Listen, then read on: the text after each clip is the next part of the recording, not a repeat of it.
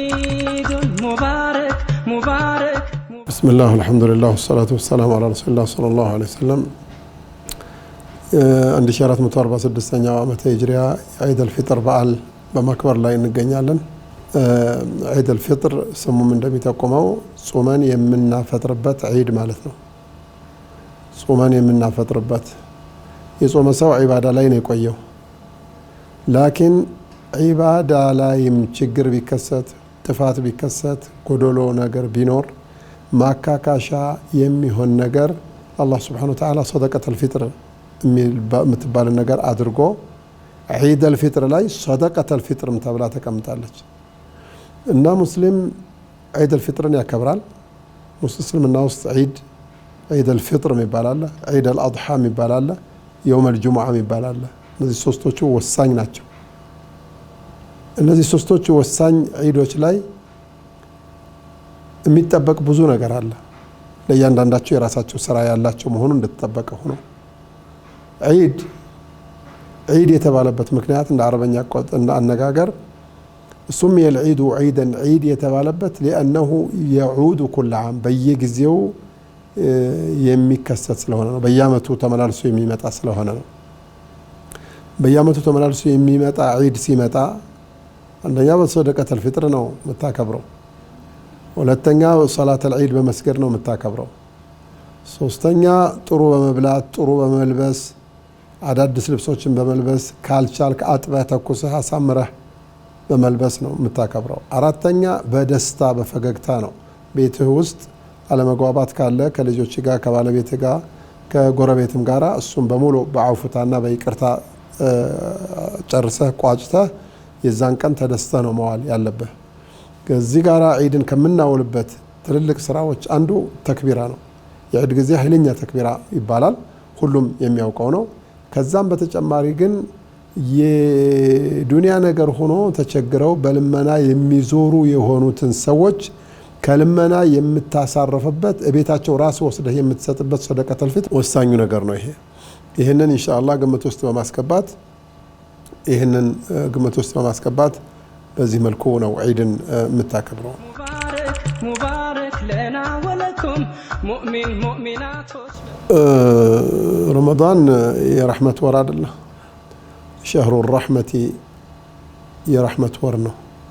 ሸይጣን የሚታሰርበት፣ የጀነት በር የሚከፈትበት፣ የጀሃነም በር የሚዘጋበት፣ የኸይር ስሜቶች የሚሰፍኑበት፣ ልብ የሚወለወልበት፣ ለዒባዳ ብርታት የሚመጣበት ወር ነው። ከሚሰሩት ትልልቅ ዒባዳዎች አንዱ የአኽላቅ ለውጥ ነው። የስነ ምግባር ለውጦች ረመዳን ላይ ይካሄዳሉ። ሰው ሰከን ይላል፣ አደበኛ ይሆናል፣ ይተዛዘናል፣ ይረዳዳል፣ ይከባበራል። ኢፍጣር ሳኢም የጾሙ መለያ ነው። ጾመኛ ማስፈጠር ባለህ ቲምርም ካለህ ውሃም ካለህ ራትም ካለህ ሹርባም ካለህ ሳምቡሳም ካለህ ራትም ካለህ በቃ ያለህን ነው የምትሰጠው። እሱም ሲሰጥ ያኛውም ሲሰጥ ይሄ ሲቀበል ይሄ ሲሰጥ በሀብታሙና ድሃው ላይ ሴቱና ወንዱ ላይ ከዚህኛውና እዛኛው ጋራ ያለው ግንኙነት የመተሳሰር የመከባበር ስሜቶች አሉ። እነሱ መቀጠል አለባቸው። እንዴት ነው የምናስቀጥለው? በቃ መቀጠል እኮ ነው። አጅሩ በነገራችን ላይ የእስልምና ህግጋትና የእስልምና አስተምሮቶች ናቸው እነዚህ ነገሮች። ረመዳን ላይ ቀልባችን ክፍት ስለሚል በበለጠ ስለምንሰራቸው እንጂ ኸይር ስራ በረመዳን ላይ ብቻ እኮ አልተባለም። እኛ እኮ ወሩን አይደለም የምናመልከው፣ የወሩን ጌታ ነው አላህን Subhanahu Wa Ta'ala ነው የምናመልከው። من كان يعبد الله عز وجل فإن الله حي لا يموت ومن كان يعبد رمضان فإن رمضان قد ولى. رمضان የሚገዛ ካለ ረመዳን ሄዷል፣ በቃ የሚሄድ ጌታ ነው እንደምትገዛው። የማይሄደው የማይጠፋው ቀሪው ጌታ አላህ Subhanahu Wa Ta'ala ነው፣ የሰማያትና የምድር ጌታ። ይሄንን ነው መገዛት ያለበት። ረመዳን የለውጥ ወር ነው ብያለሁ። በዚህ በለውጥ ወር ላይ ሰው ተግቶ አኽላቁን ቀይሮ ረሕመተኛነቱን እስከ መጨረሻው ድረስ ማስኬድ መቻል አለበት። በነገራችን ላይ የረመዳን ዒባዳዎች መግራታቸውም ጭምር ለሚቀጥሉት 11 ወራቶች ስንቅ መጫኛ ፕሮግራም ነው ረመዳን። አንተ ጉዞ ሲኖርብህ ረዘም ያለ መነሻ ሀገርህ ላይ ነዳጅ ትሞላ ይል የአውሮፕላን አብራሪዎች ካፒቴኖቹም ነዳጅ ይሞላሉ ቀድመው።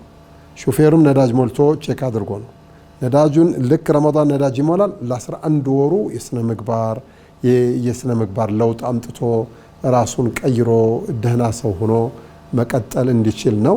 ረመዳን ላይ የተሳካለት ሰው 11 ቀጣይ ወራትም ላይ ይሳካለታል ብለን እናስባለን። ሙእሚናቶች በሙሉ ሰላም አለይኩም። ወላሂ ሙስሊሙ ብቻ ሳይሆን ክርስቲያኑም የሌላ እምነት ተከታዩም ኢትዮጵያ ላይ ለዓለም ተምሳሌት ነው። የመቻቻል ሳይሆን የመከባበር ነው። መቻቻል የሚለው የእናንተ የፖለቲካ ቃል ይመስለኛል። እኛ መከባበር ነው የምንለው። መቻቻል ማለት እኮ አንዱ አጥቂ ሌላው ተጠቂ፣ አንዱ የሚጫን ሌላው ታች የሚቀበል ጫና የሚቀበል ማለት ነው። ቻለው ማለት በቃ ያስቸግረሃል ግን በቃ ሶብር ማለት ነው። እሱን እኛ እንቀበለው። እኛም ሌሎቹም የምንኖረው አንድ ሀገር ላይ ነው። ይቺ ሀገር አደራ ናት፣ ከአባቶቻችን የተቀበልናት አደራ ናት። በግል ግድፈት የተሞላበት ባህሪያችን ሀገርን፣ ወገንን፣ ትውልድን የምናጠቃበትና የምናጠፋበት ምክንያት የለም። ተከባብረን ነው መቀጠል ያለብን። ተዋደን ነው መቀጠል ያለብን። ተረዳድተን ተባብረን ነው መኖር ያለብን። እኔ አንተን ከተረዳሁ፣ አንተ እኔን ከተረዳኝ፣ ሲቸግረኝ ከደረስክልኝ፣ ሲቸግርህ ከደረስኩልህ ፍቅሩ መከባበሩ ይኖራል። ይህንን ስሜት እያንጸባረቅን ይህንን ስሜት እያፋፋን እያዳበር ነው ወደ ተሻለው ሁኔታ መሄድ የምንችልበት ሁኔታ ይፈጠራል። ኢትዮጵያ አንተም እንዳልከው የብዙ ቋንቋ የብዙ ሃይማኖት ባለቤት ነች። የብዙ አስተሳሰብ ባለቤቶች ነች። ሃይማኖት የሌላቸውም ሰዎች ጭምር የሚኖሩባት ሀገር ነች። ግን እንደዛ ብትሆንም ጠንካራ ህገ መንግስት ያላት፣ ጠንካራ መሪዎች ያሏት፣ ጠንካራ እና ታታሪ ምሁሮች ያሏት፣ ጠንካራ ህዝብ ያላት ሀገር ስለሆነች የኢኮኖሚ ችግር እንደሌሎቹ እንዳደጉ ሀገሮች ያን ያህል ባንደርስም ግን ተከባብረን መኖር የሚያስችል ጥሩ እሴትና ለሌሎች አርአያ ሀገራት አርአያ መሆን የምንችልበት ባህሪ ያለን ብዬ አስባለሁ። በዚህ መሰረት እስካሁንም እየኖርን ነው። ሁሉም ሀገር እርስ በርስ ብጥብጥ አለው። ኢትዮጵያ ላይ ግን በቃ ጥሩ ተጨባጭ ላይ ነው ያለነው። መሻሻል የሚኖርበት ነገር ያለ መሆኑ እንደተጠበቀ ነው ማለት ነው። ሙባረክ ለና ወለኩም ሙእሚን ሙእሚናት። ኢትዮጵያ ከእስልምና ጋራ የጥንት ግንኙነት ነው ያላት። ከ1446 ዓመት በፊት ነው ነብዩ ሰለላሁ ዐለይሂ ወሰለም ወደ ሂጅራ ከመሄዳቸው በፊት ነው ሷሃቦች ወደ ሀበሻ የመጡት። ነብዩ ወደ ሂጅራ ከሄዱ 1446ኛ ዓመት ነው ዛሬ። ከዛ ቀን ጀምሮ የኢትዮጵያ ንጉስ ሙስሊሞችን ከተቀበሉበት ወቅት ጀምሮ ላኢላሃ ኢላላህ ሱረቱ መርየም በኢትዮጵያ ቤተ መንግስት ከተነበበበት ወቅት ጀምሮ የእስልምና እና ኢትዮጵያ ግንኙነታቸው ያን ጊዜ ነው።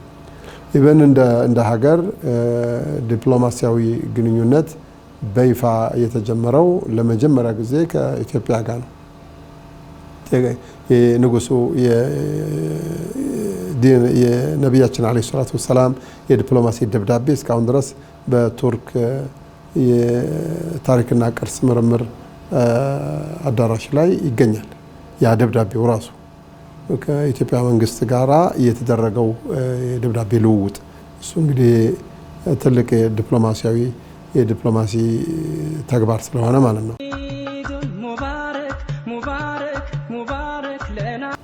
ከዛ ቀን ጀምሮ ያው ግንኙነቱ አላት።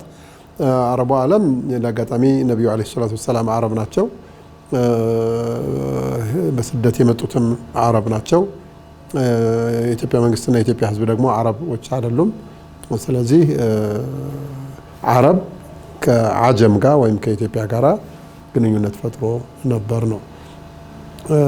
ቀይ ባህር ምናምን ቀይ ባህር ያልከው ቀይ ባህር ድሮ እኮ ያው የኢትዮጵያ ክልል ውስጥ ነበር ነው የሚኖረው። አሁን እንግዲህ ያው ነጮችም የራሳቸውን ስራ ይሰራሉ መሰል አናቅም። እንግዲህ ኢትዮጵያን አሁን ላለችበት ትንሽ አነስ እንድትል አድርገዋታል። ወደፊት ግን ህዝቡ እርስ በርስ የተጋመደ እርስ በርስ የተጋባ እርስ በርስ ከለሩም ባህሉም ቋንቋውም አንድ አይነት ስለሆነ በቀይ ባህር አካባቢ ላይ ያሉ የኢትዮጵያ አካል የነበሩና አሁን የተገነጠሉ አካላቶችም በአንድም ሆነ በሌላ መንገድ አንድ ይሆናሉ የሚል ግምት አለኝ። ወደፊት አንዳንድ እንቅፋቶች ከተነሱ በኋላ ተግባብተው ራሳቸው ተነጋግረው ህዝቡ አንድ ስለሆነ ማለት ነው አሁን ከኡርዱን ጋራ ኢትዮጵያ አንድ ብትሆን ወይም ደግሞ ኢትዮጵያ ከአሜሪካ ጋር አንድ ብትሆን ወይም ከሳውዝ አፍሪካ ጋር አንድ ብትሆን አይደለም። እነዚህ ግን እኛ አብረውን የነበሩ እንትና ከትላንት ወዲያ ነው ሄደው እንትና ከትላንት በስቲያ ነው ሄደው እንትና ምናምን የምንላቸው እነዚህ ሀገራቶች አንድ ይሆናሉ ብለን እናስባለን። ቀይ ባህር የኛ ነው የእንትና ነው፣ እኛም የነሱ ነን፣ እነሱም የኛ ናቸው። ሁላችንም አንድ ነን። ቀይ ባህርም እኛ ነን፣ ጅቡቲም እኛ ነን፣ ኤርትራም እኛ ነን፣ እኛም እነሱ ነን፣ እኛም ኤርትራውያኖች ነን፣ እኛ አንድ ነን። አሁን ትንሽ የሆነች የተከለለች ድንበር ልትኖር ትችላለች። እሷ ናት እንትን ያለችን። ወደፊት ግን ኢንሻአላህ እንደውም እኮ ክቡር ጠቅላይ ሚኒስትር ዶክተር አብይ አህመድ ሰጥቶ መቀበል በሚለው በተለመደው መርህ መሰረት የባህር ወደብ እንዲኖረን ያላሰለሰ ጥረት እናደርጋለን ብለዋል።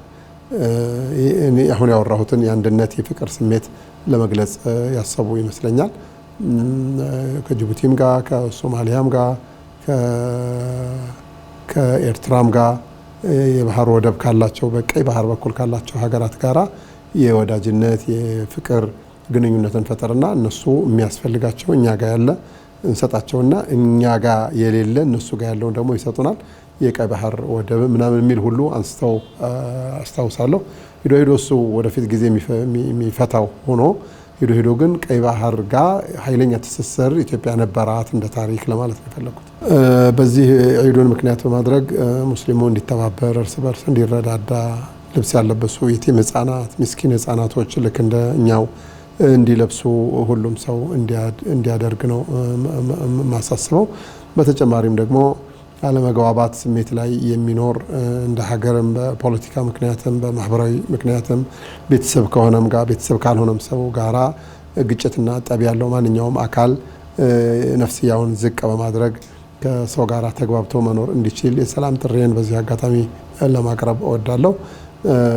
ከዚህም በተጨማሪ አሁን ያለችበት የኢትዮጵያ ተጨባጭ ከሌሎቹ ወቅቶች ለየት ባለ መልኩ ሰላም የሚያስፈልጋትና ሰላም ከሌለ ደግሞ ኢኮኖሚውም እየዳሸቀ አንድነታችን እየተሸረሸረ ፍቅራችን እየጠፋ ስለሚሄድ ሰላም ላይ ሁሉም በበኩሉ ጥረት እንዲያደርግ በኢትዮጵያ እስልምና ጉዳዮች ጠቅላይ ምክር ቤት ስም ለሁሉም አካል የሰላም ጥሪን አቀርባለሁ።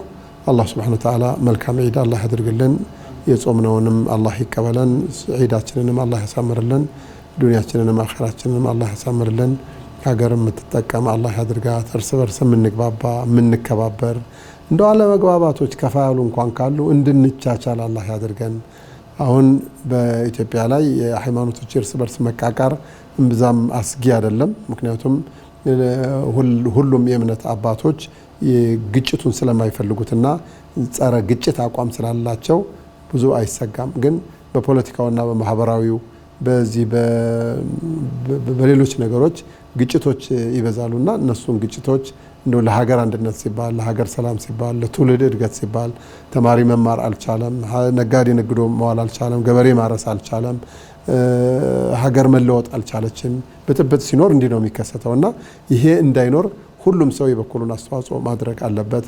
ሚዲያው ራሱ ይህንን ስራ መስራት አለበት። የሰላም ጥሪ ያቅርብ፣ የአንድነት ጥሪ ያቅርብ፣ የፍቅር ጥሪ ያቅርብ። ለሁሉም እሳት መለኮስ፣ ማህበራዊ ሚዲያዎችን ተጠቅሞ ሀገርን መበጥበጥ፣ መረበሽ፣ ግጭቶችን ማነሳሳት ትልቅ ወንጀል ነው። በተለይ የሚመለከተኝ በቀጥታ ሙስሊሞቹን ስለሆነ በማህበራዊ ሚዲያ ላይ ግጭትን የሚያስተላልፉ ሃይማኖት ከሃይማኖት ጋራ፣ የፖለቲካ ፓርቲ ከፖለቲካ ፓርቲ ጋራ፣ ሴቱን ከወንዱ ጋራ፣ ወንዱን ከሴቱ ጋራ፣ ትንሹን ከትልቁ፣ አባት ከልጁ ጋራ እንዲቃቃር ጥረት የሚያደርጉ አካላት አላህን ሊፈሩ ይገባል።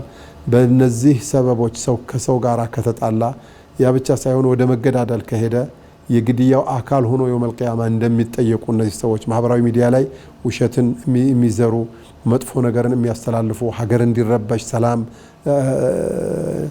ስንቅ እንዳይሆን የሚያደርጉ አካላት እንዲጠነቀቁ አላህን እንዲፈሩ ጥሬን በማቅረብ ነው መቋጫው። አመሰግናለሁ።